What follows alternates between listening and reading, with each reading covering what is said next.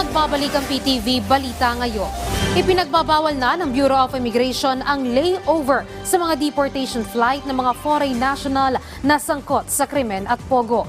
Ayon kay BI Commissioner Joel Guiado, alinsunod na rin ito sa Board Resolution No. 2025-002 na naglalayong pigilan ang operasyon ng pogo sa Asian region. Samantala, exempted naman dito ang mga deportation flight na walang direktang ruta mula sa Pilipinas. Sa ngayon, nakikipagtulungan na ang BI sa DOJ, mga airline at foreign embassies upang masiguro na maayos na maipatutupad ang bagong polisiya. Sinampahan naman ang reklamong slander sa Caloocan Prosecutor's Office si dating Congressman Edgar Erice. Mismong si Caloocan City 2nd District Incumbent Representative Mitch Cahayon Uy ang nagsampa ng reklamo laban sa dating kongresista dahil sa pambabastos umano nito sa kanya. Giit ni Cahayon, malinaw na hindi lang siya ang binabastos at sinisiraan ng dating kongresista, kundi sumisimbolo ito sa karamihan sa mga kababaihan. Dahil dito, humihingi ng 100 milyong danyos si Cahayon kay Erice.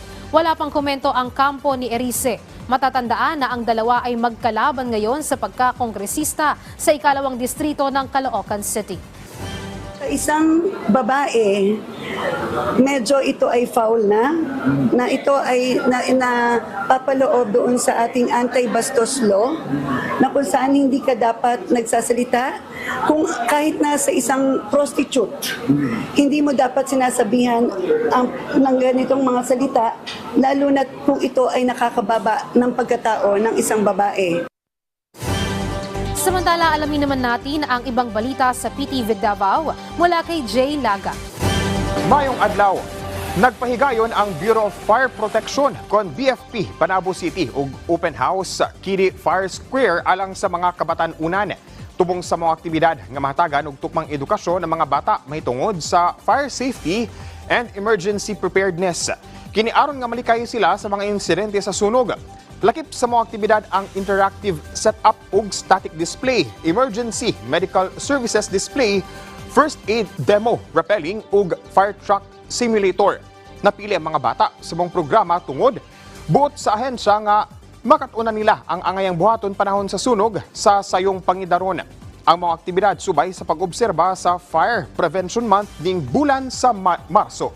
Usa ka blue shark ang nasaag sa Kabaybayunan sa barangay Kabayawa, Tubay, Agusan del Norte. Sa investigasyon sa Department of Agriculture, Bureau of Fisheries and Aquatic Resources, gidakop sa mga residente o gipuspusan ang nagluyang blue shark nga gituhan nilang tuna o marlin.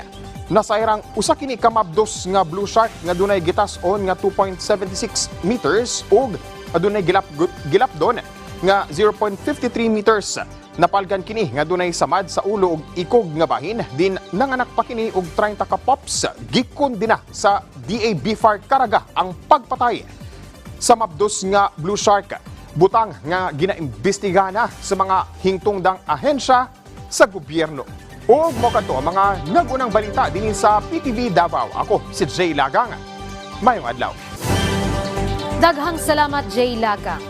At yun ang mga balita sa oras na ito. Para sa ibang updates, i-follow at ilike kami sa aming mga social media sites sa @PTVPH. Ako si Luisa Erispe para sa Pambansang TV sa Bagong Pilipinas.